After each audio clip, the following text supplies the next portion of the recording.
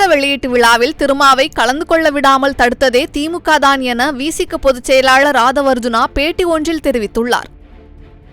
விகடன் குழுமம் மற்றும் voice of commons நிறுவனம் சார்பில் அண்மையில் அம்பேத்கர் புத்தக வெளியீட்டு விழா நடைபெற்றிருந்தது. இந்த நிகழ்ச்சியில் கலந்து கொண்ட ஆதவர்ஜுனா திமுகவை தாக்கி பேசியிருந்ததால் தற்போது விசிக கட்சியிலிருந்து இடைநீக்கம் செய்யப்பட்டுள்ளார். இந்நிலையில் ஆதவர்ஜுனா அண்மையில் அளித்த பேட்டி ஒன்றில் புத்தக வெளியீட்டு விழாவிற்கு பல்வேறு அழுத்தங்கள் வந்ததாகவும் ஜனநாயக ரீதியாக செயல்பட முடியாததால் வந்த கோபத்தினால் மேடையில் தான் அப்படி பேசியதாகவும் கூறியுள்ளார். மேலும் 20 நிமிட தன்னுடைய உரையில் கையில் காகிதம் ஏதும் இல்லை எனவும் மனதில் உள்ளதை மட்டுமே மேடையில் பேசியதாகவும் தெரிவித்துள்ளார். திமுக துணை பொதுச் செயலாளர் ஆ. ராசா கட்சி தலைமை ஏற்று மேடையில் தனக்கு எதிராக பேசியதிலிருந்து திமுக தன்னை டார்கெட் செய்து வருவதாகவும், திருவண்ணாமலையில் அமைச்சர் ஏவா வேலு திருமாவளவனை சந்தித்து புத்தக வெளியீட்டு விழாவுக்கு சென்றால் கூட்டணிக்குள் பிரச்சனை வந்துவிடும் எனவும், அதனால் புத்தக வெளியீட்டிற்கு செல்ல வேண்டாம் என முதல்வர் ஸ்டாலின் கூறியதாக அமைச்சர் ஏவா வேலு கூறியதாகவும் ஆதவ் தெரிவித்துள்ளார். மேலும் புத்தக வெளியீட்டு விழாவுக்கு திருமாவளவன் வர ஒப்புக்கொண்டிருந்ததாகவும், ஆனால் திமுகவால் தான் கலந்து கொள்ளவில்லை என்பது போல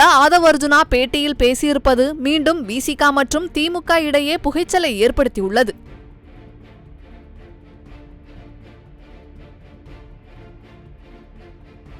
செய்திகளை உள்ளது உள்ளபடி தெரிந்து கொள்ள ரெஃப்ளெக்ட் நியூஸை சப்ஸ்கிரைப் பண்ணுங்க.